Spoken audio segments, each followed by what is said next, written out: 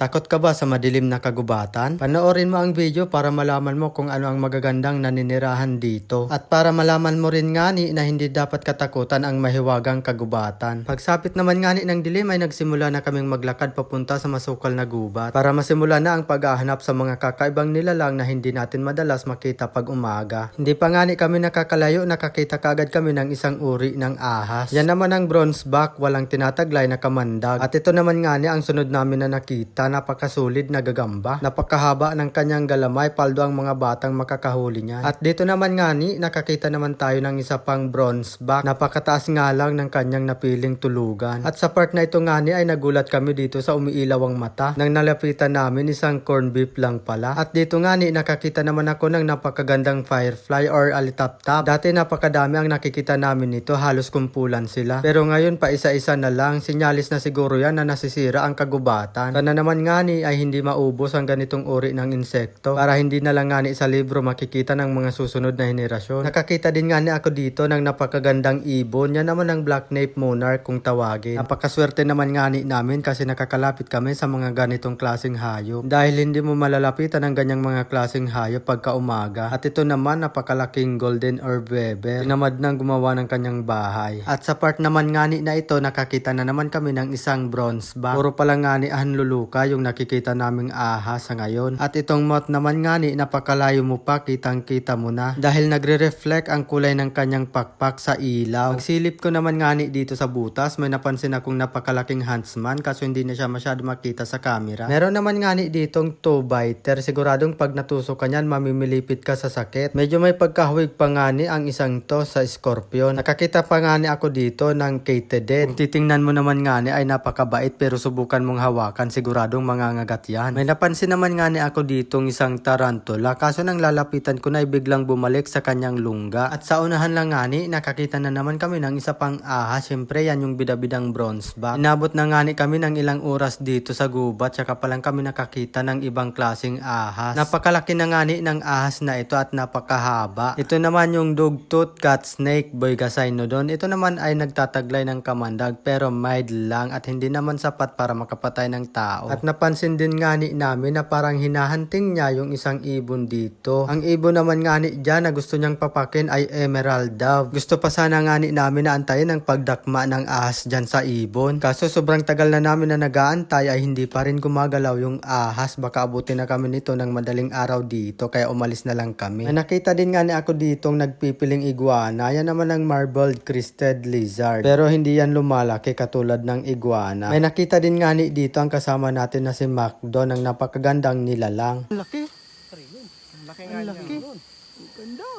Yan o, ganda niya. Parang yan ang biggest na leaf insect na nakita ta. Yeah. Para siyang dahon pero insekto yan. Ayan. Ang ganda niya sa personal kung makikita niyo. Hawakan natin. With gentle, not hawak. Tara na. Ganda. Yan, shout out tayo sa ating herping vlog. Buntis ata to eh. Buntis ata. Yan talaga ang biggest na leaf insect na Hindi ba ito nakita nangangagat? natin sa herping. Ganda. Shit!